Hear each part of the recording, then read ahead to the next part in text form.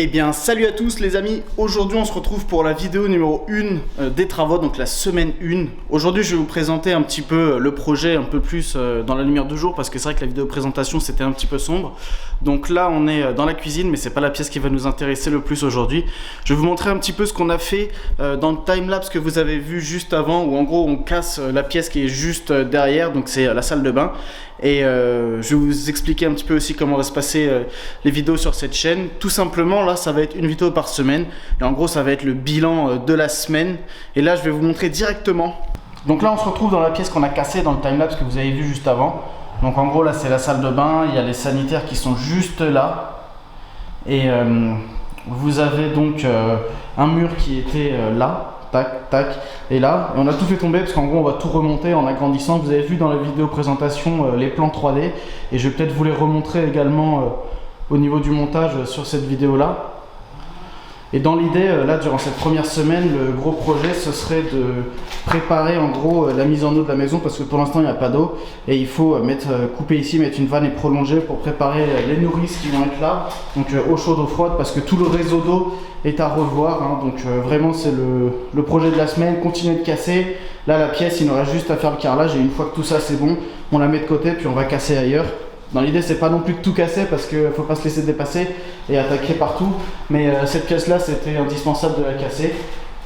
Et après on va attaquer la cuisine. Je vais aller vous montrer un petit peu plus à la lumière du jour les pièces à l'étage là qu'on va attaquer de suite. Nous sommes maintenant à l'étage les amis, donc dans les deux chambres que l'on va casser par la suite. Je vais vous les montrer dans quelques instants. Mais avant ça, si jamais vous aimez ce petit projet de travaux, n'hésitez pas à vous abonner à la chaîne et à activer les notifications pour recevoir. Il y aura pour le moment une seule vidéo par semaine, le samedi matin, je pense 9h ou 11h, je sais pas encore, vous verrez.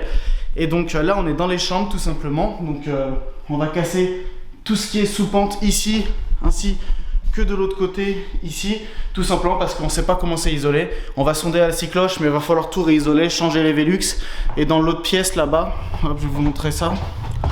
Et ben c'est pareil, on va être obligé de tout casser, donc tout là, tac. Ce mur là il bouge pas parce que il est très bien et il n'y a pas besoin d'isolation, parce que derrière c'est encore la maison, c'est une chambre isolée.